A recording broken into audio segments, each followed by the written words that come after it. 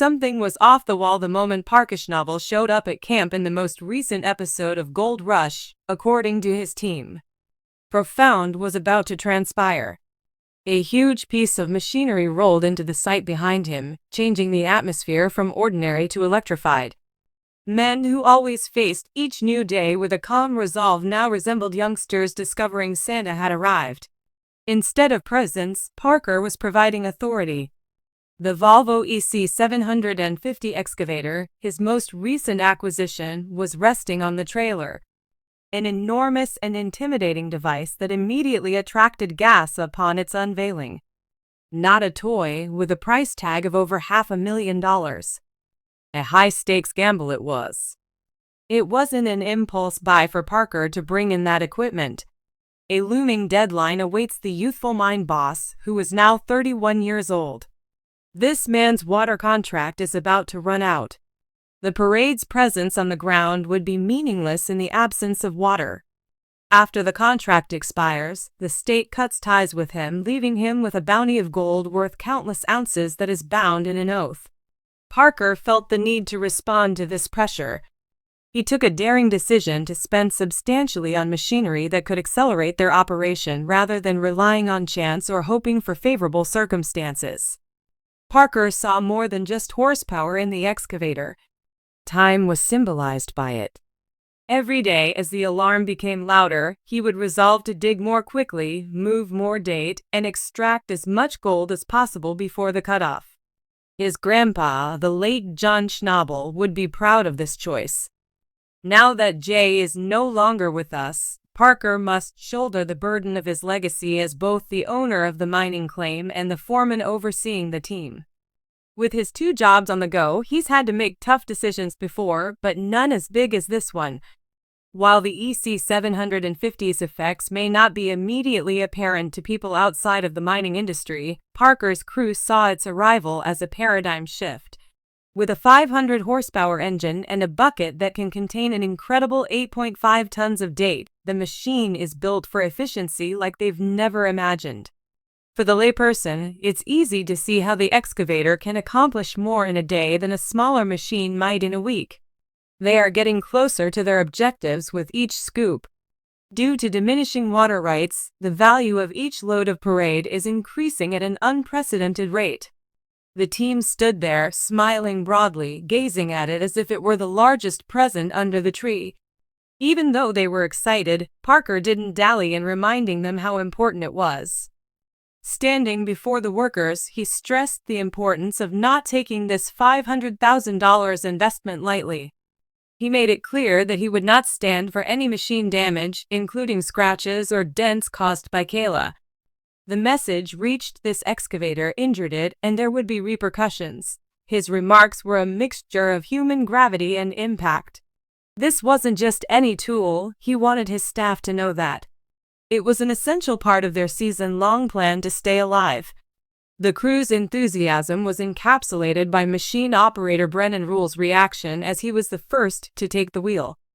His face lit up with happiness as he got comfortable behind the controls.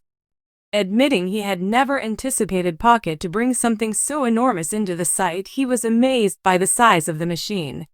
Both his appreciation for his boss and his enthusiasm for testing the excavator were evident. Brennan took turns testing the controls while the rest of the team gathered around, looking on with jealousy.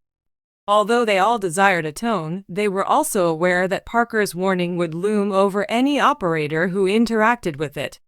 There was no thrill for Parker in that scene. Duty was at the heart of the matter.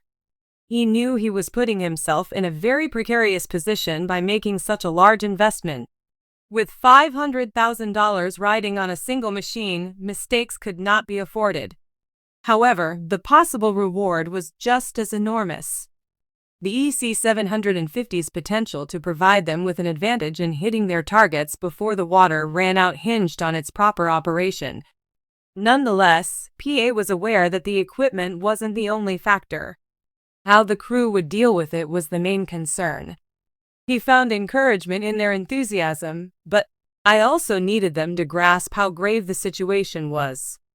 His budget wouldn't allow for careless errors or disruptions brought on by mishaps.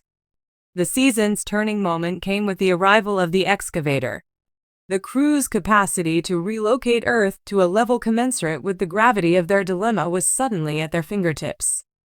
For the first time in weeks, the seemingly insurmountable water deadline seemed doable.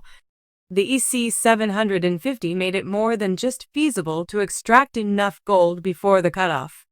I could almost touch it.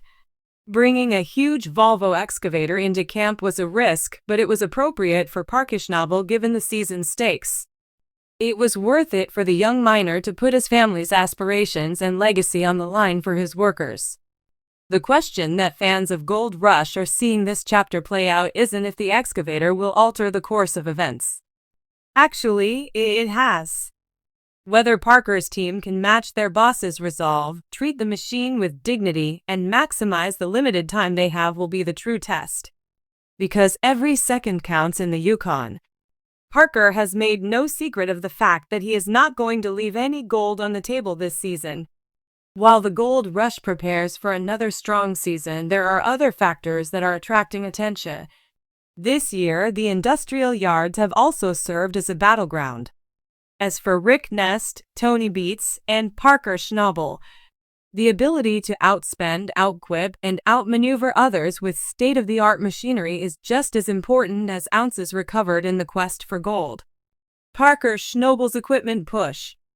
Although he is still relatively young at 31 years old, Parker Schnabel is still the most ambitious group member when it comes to purchasing equipment. Parker has never been one to shy away from making huge purchases that make people wonder whether it's his fans or his team. He is known for reinvesting almost all of his earnings back into his organization. Whether it's massive excavators or cutting-edge wash plants, his guiding principle has remained constant.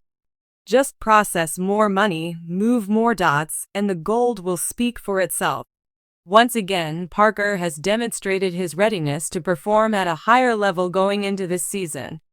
Due to impending deadlines and increasingly stringent water rights, he has equipped his fleet with new, more efficient weapons.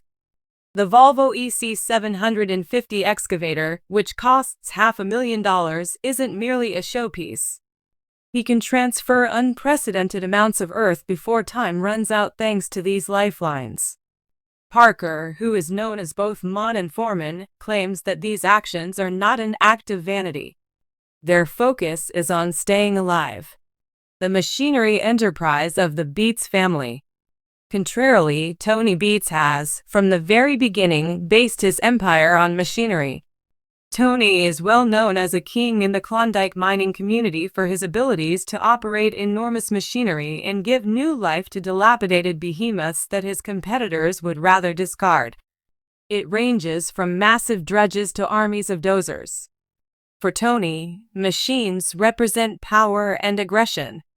There are 4 complete beats. There has always been an arms race. He has been successful in the past by taking risks with large, potentially dangerous equipment, and he is continuing that trend this season. While Parker embodies the agility and efficiency of youth, Tony stands for massive size and traditional brilliance. The battle for Rick Ness's continued participation in the race. Meanwhile, Rick Ness finds himself in an even more precarious situation. Rick is battling to return to the mining industry after suffering personal difficulties and failures that nearly terminated his career. Demonstrate his continued relevance to the team. Improving his machinery is about more than just keeping up with the competition, in his opinion. Redemption is the central theme. Rick lacks the financial clout of Parker or Tony, though. There is very little space for mistake with any of the machines he delivers to the site. Keeping up with competitors who have significantly more financial resources is going to be a major issue for him this season. There will be a lot of eyes on Rick to see if he can keep his aspirations in check and be realistic, or if the equipment disparity will make it even harder for him to compete. An arms race in machines. An essential reality about the Gold Rush is brought to light by this unfolding fight. The machines that extract the gold are equally as important as the gold itself in achieving success. A horsepower is required for every load of gravel, bucket of poro, and wash of gold. Constant reinvestment and efficiency are the stakes of Parker Schnabel. Tony Beach shows off his strength with enormous, perhaps legendary gear. Despite having few resources, Rick Ness is doing his best to remain competitive. The show is now about more than just winning money thanks to the competition. Mechanical might, horsepower, and engines are competing in an arms race. In the upcoming season, as Parker upgrades his fleet and takes the lead, every other boss will be under intense pressure to match his moves move for move. There will be more than just drama surrounding gold totals in the upcoming season.